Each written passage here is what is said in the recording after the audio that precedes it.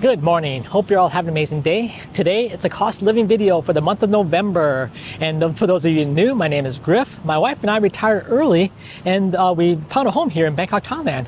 But we continue to do slow travel as a part of our retirement journey. So in today's episode, I'm going to talk to you guys about what it cost us to have a home here in Bangkok, as well as continue to slow travel through Southeast Asia. All right, I know this is always a popular episode of doing a cost of living and what it's like to be an expat in Bangkok, Thailand. But this is a little bit unique because we continue to slow travel and we just came back from Tokyo and we had an amazing time in Tokyo. We got a chance to spend time with family and friends. Also, we got a chance to explore Tokyo and also show you guys what we did in Tokyo. So yeah, we had an amazing time. But today we're gonna talk about cost of living and what it costs us not only to have a home here in Bangkok, but also what it costs us to live in Tokyo. So let's get started. Now, we already have costs established here in Bangkok, and we did a cost of living video for our time here in Bangkok in the last month. But for the month of November, we still have rent here at the condo where I'm right now. So the rent was, let's see here, $421.88. That's what it costs us for rent. So we still have to pay that no matter what, being away. And really easy. I mentioned this also in my prior episode, but we use the Wise app. We convert money from the US bank account into Thai baht, and then it's paid to my landlord electronically. So it's really easy to do, even though we're in Tokyo, Japan. And of course, the second thing that we have to take care of is our electric bill as well as the water bill. And that, of course, was relatively low because we weren't here. And the water bill was $4, guys. That was really affordable water bill, as well as $11 for our electric bill. And so the past couple months for our electric bill has been really low. And right now, it's cool here in Bangkok, so we haven't had to run the AC since we've been back from Japan.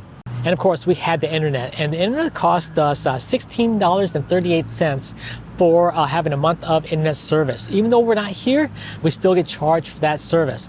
Also, I don't know if I mentioned this prior episode, but with the internet, we had to establish a 1-year contract for that internet service. So when we went in to get the internet connection established, we had to show a lease for our condo for a year before we can get internet for our condo. Next, we had my cell phone service, which is through AIS, and that came to $12.24. And that cell phone service, I think I mentioned also in my prior episode, it's about 20 gigabytes per month I can have for that internet service. Of course, I didn't use any of that because I had my Olafly eSIM on my phone for my travels to Japan. And another fixed expense we have is Google Fi. So we have a US number in the United States, and it costs us $25 a month for that number. And we use that also a lot of times, like when bank verification, they'll send us saying, hey, we're gonna verify this is you, and we'll send you a code to your phone number. We had that so that whenever it happens, we can have a US number to make sure to get the security code. And then once we moved to Bangkok, we also established health insurance for both my wife and I, and that costs us $275 a month for both of us. And one thing nice about this health insurance, it also covers us for inpatient and also outpatient coverage, as well as in the event that we do happen to get cancer while we're living here in Thailand, we're also covered for cancer coverage as well. So that's one of the things we wanted to get health insurance for. Typically, what we normally use was a safety wing, which is kind of a health as well as a travel insurance. But being that we're here, gonna stay here for a long period of time, we want to make sure to get that kind of coverage for cancer.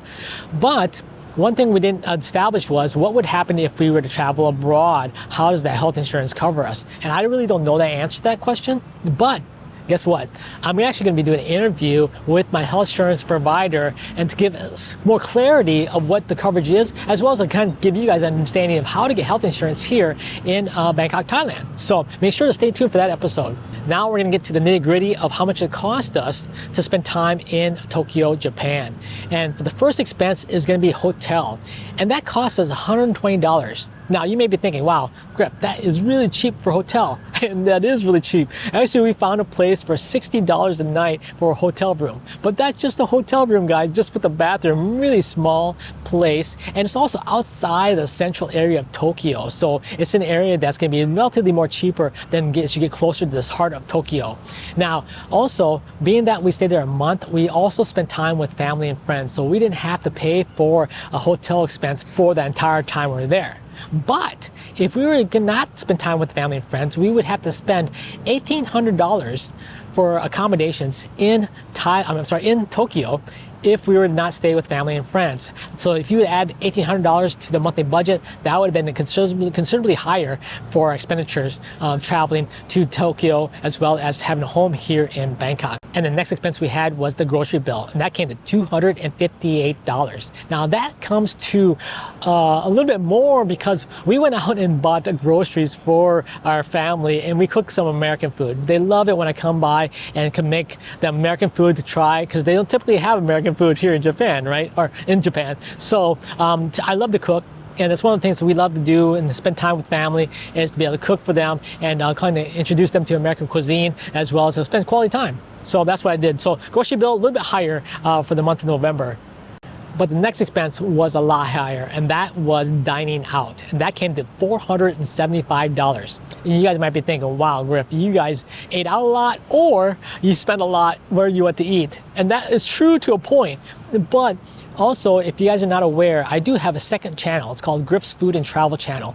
And there we dine out at restaurants. And typically the restaurants that we go to is a little bit more expensive. So we had like a sushi, also we had Wagyu. So yeah, we had a lot of traditionally more expensive foods as a part of the channel. So our dining out costs are a little bit higher on this month than the prior month because of that.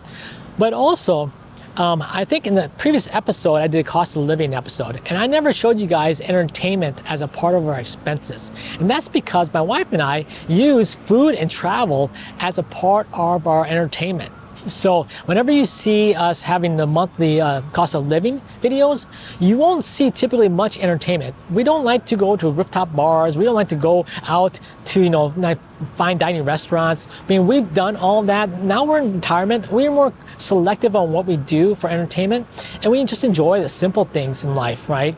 So when we were in Japan, our entertainment was very simple. We would go out to shrines, and we go to temples. We go see the sightseeing things in Tokyo that we never did before. And because now we're retired, we have more time and kind of relaxed. So make sure to check out those episodes of my travels in Tokyo. I showed you guys the Tokyo Tower. I also showed you some shrines and also some local festivals, which that was a lot of fun. We went to see local festivals where the local community has an event very similar to that of the United States, when the community comes together and raises money, as well as to celebrate Sunday afternoon, which was a lot of fun. So make sure to check out those episodes. All right, and next came the transportation. And of course, we don't have a car there, so we're taking buses and trains, and that came to $216. Now, that's one thing I noticed when we were over there doing the bus and train. The train cost us anywhere from $250 to $350 one way, wherever we went. And the bus costs us, I think, $1.50 one way. And here in Thailand, you can get a bus for less than $1 one way, as well as the trains here. You're looking at anywhere from maybe, say, $1 to $2 for a train ride one way. So you can see that Japan is at least double, if not triple, the cost of transportation versus that here in Thailand. So very effective cost of living here in Thailand when it comes to transportation. But in Japan, it costs us $216 for the month just for transportation.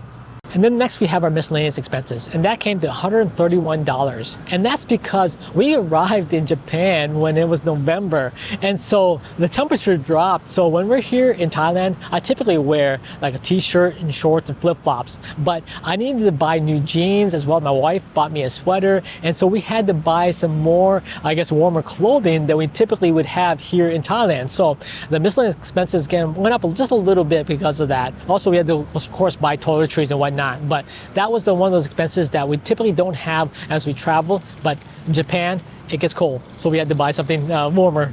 And there's another expense that I didn't mention the last time we were making a cost of living video, and that's for our bottled water. We get these 18.7 liter drums, or that's something like 5-gallon drums of water delivered to our home through Sprinkle.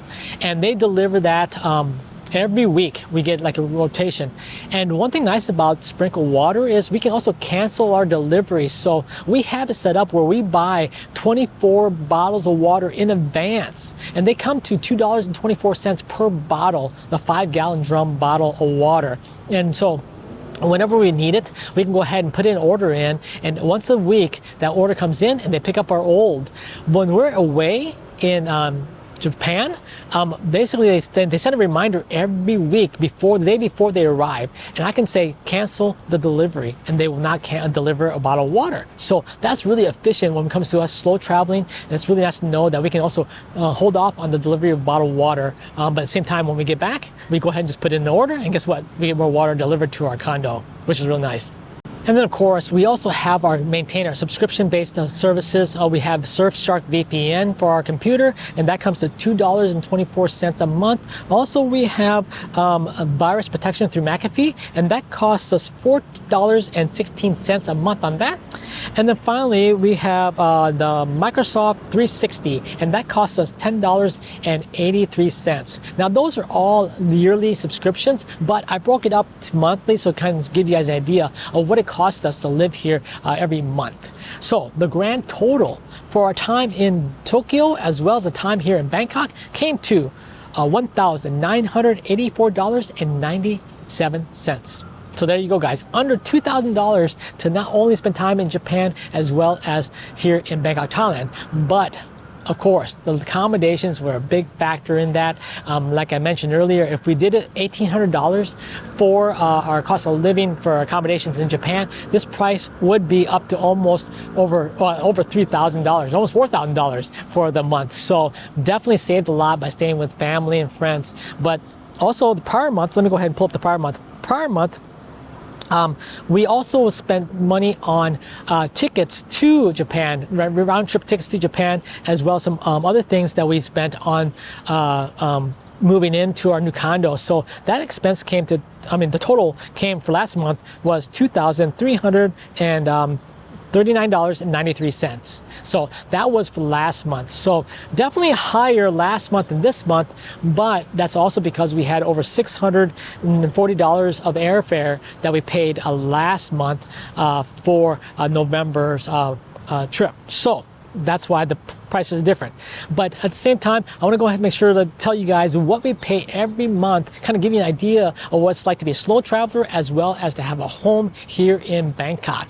We do have a trip planned also for next month, where we're going to be heading to Hanoi, Vietnam. Also, we're going to visit Da Nang. So make sure to stay tuned for those episodes, because I'm going to show you guys not only Hanoi and Da Nang, but also kind of give you an idea of what it cost us to slow travel to Da Nang and Hanoi, as well as what it cost us to live here as expats in Bangkok, Thailand.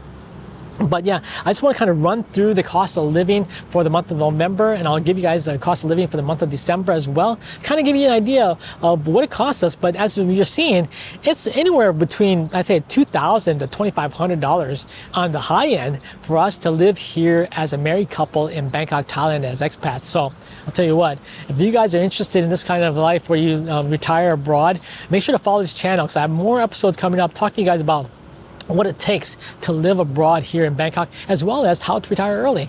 All right, guys, that's gonna be it. Till next time, guys, hope you have an amazing day, and we'll see you back in the next video. Bye-bye.